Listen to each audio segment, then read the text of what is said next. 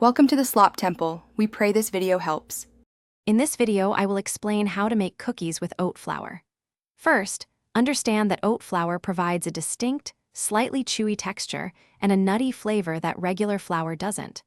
When substituting, a 1-to-1 ratio generally works well for most cookie recipes, but you might need slight adjustments. For the best outcome, always ensure your oat flour is finely ground, which helps achieve a smoother cookie consistency. This simple swap can elevate your baking. Let's gather our ingredients. Start by whisking together 1 cup of oat flour, 1/2 teaspoon of baking soda, and a pinch of salt in a medium bowl. In a separate, larger bowl, cream together 1/2 cup of softened unsalted butter with 1/4 cup of brown sugar and 1/4 cup of granulated sugar until light and fluffy. Then, beat in 1 large egg and 1 teaspoon of vanilla extract until just combined. This creates a perfect base.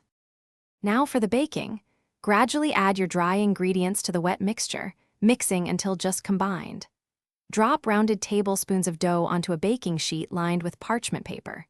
Bake in a preheated oven at 350 degrees F for 10 to 12 minutes or until the edges are golden. For a delicious twist, fold in 1/2 cup of chocolate chips or chopped nuts. Let them cool for 5 minutes.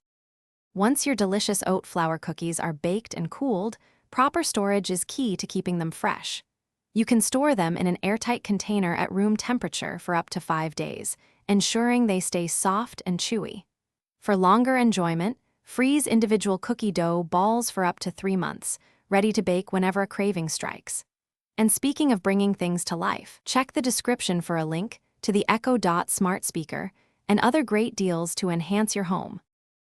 Thanks for watching. Consider subscribing if we helped you.